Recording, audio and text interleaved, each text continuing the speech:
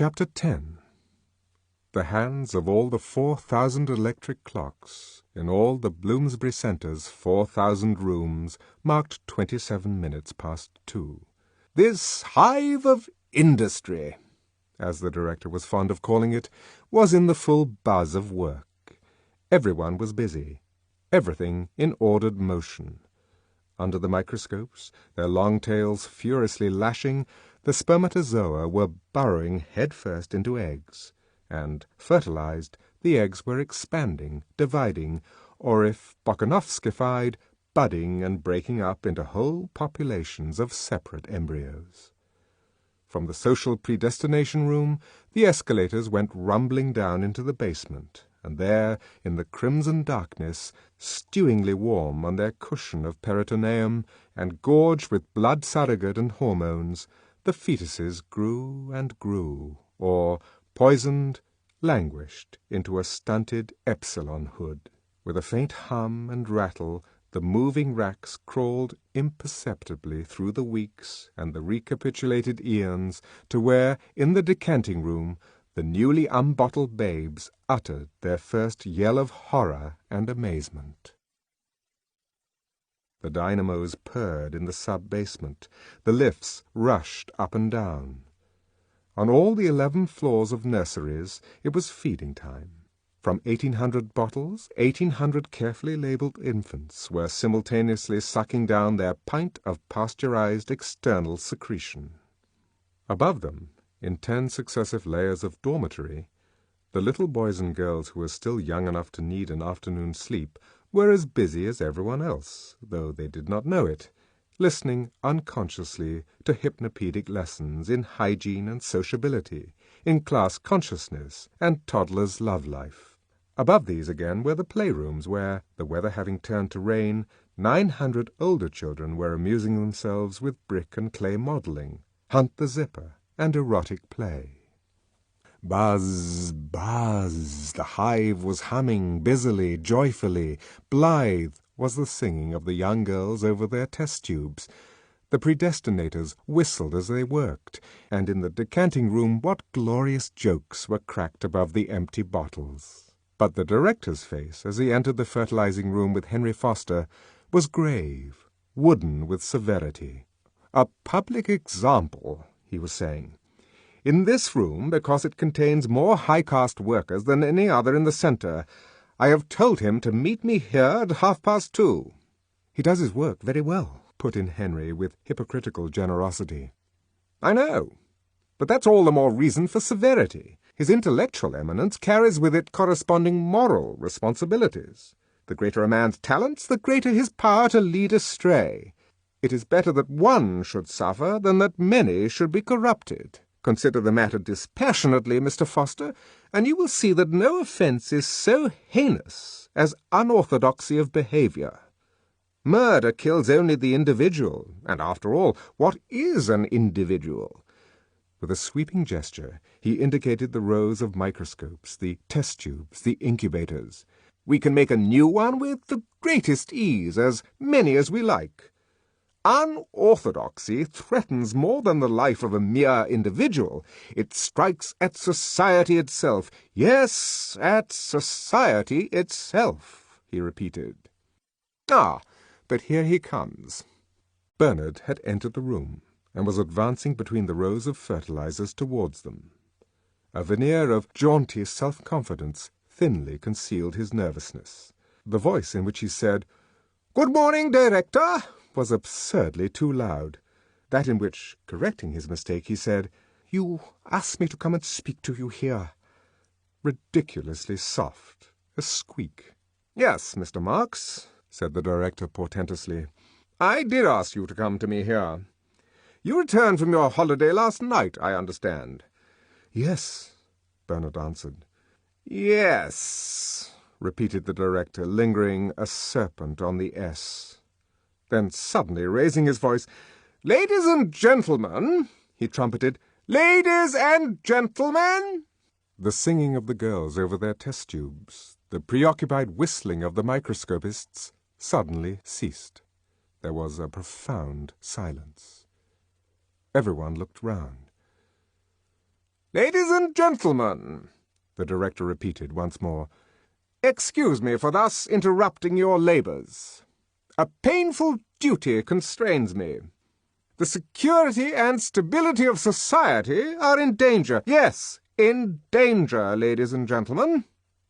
This man," he pointed accusingly at Bernard, "this man who stands before you here, this Alpha Plus to whom so much has been given, and from whom, in consequence, so much must be expected, this colleague of yours, or should I anticipate and say this ex-colleague, has grossly betrayed the trust imposed in him by his heretical views on sport and Soma, by the scandalous unorthodoxy of his sex life, by his refusal to obey the teachings of our Ford and behave out of office hours even as a little infant."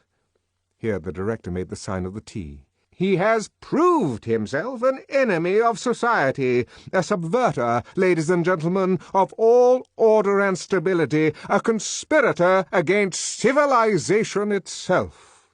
For this reason I propose to dismiss him with ignominy from the post he has held in this centre. I propose forthwith to apply for his transference to a sub-centre of the lowest order, and, that his punishment may serve the best interests of society, as far as possible removed from any important centre of population. In Iceland he will have small opportunity to lead others astray by his unfordly example." The director paused. Then, folding his arms, he turned impressively to Bernard. "Max," he said, "can you show any reason why I should not now execute the judgment passed upon you?" "Yes, I can," Bernard answered in a very loud voice. Somewhat taken aback, but still majestically, "Then, show it," said the director. "Certainly, but it's in the passage. One moment." Bernard hurried to the door and threw it open. "Come in," he commanded, and the reason came in and showed itself. There was a gasp, a murmur of astonishment and horror. A young girl screamed. Standing on a chair to get a better view, someone upset 2 test tubes full of spermatozoa. Bloated, sagging, and among those firm youthful bodies, those undistorted faces, a strange and terrifying monster of middle-agedness, Linda advanced into the room, coquettishly smiling her broken and discoloured smile, and rolling, as she walked, with what was meant to be a voluptuous undulation, her enormous haunches. Bernard walked beside her. "There he is," he said, pointing at the director.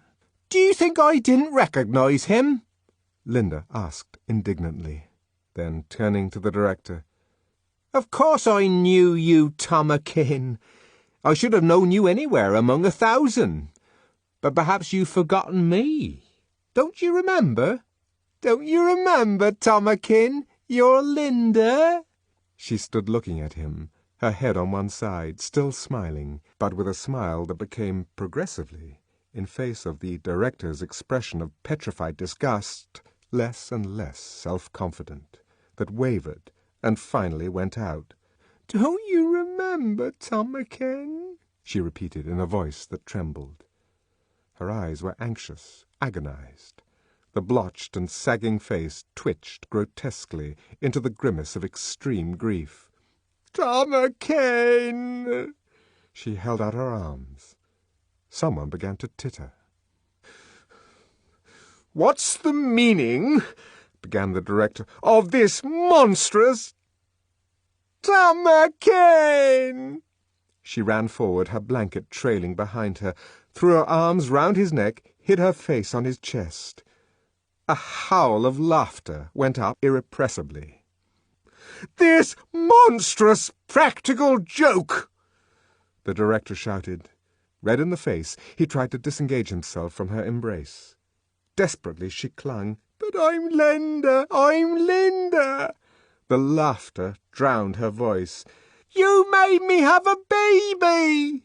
she screamed above the uproar. There was a sudden and appalling hush. Eyes floated uncomfortably, not knowing where to look. The director went suddenly pale, stopped struggling, and stood, his hands on her wrists, staring down at her, horrified. "Yes, a baby, and I was its mother!" She flung the obscenity like a challenge into the outraged silence. Then, suddenly breaking away from him, ashamed, covered her face with her hands, sobbing. "It wasn't my fault, Tomakin, because I always did my drill, didn't I? Didn't I? Always. I don't know how. If you knew how awful, Tomakin. But he was a comfort to me all the same." Turning towards the door. "John!" she called. "John!" He came in at once, paused for a moment just inside the door, looked round, then soft on his moccasined feet, strode quickly across the room, fell on his knees in front of the director, and said in a clear voice, "My father!"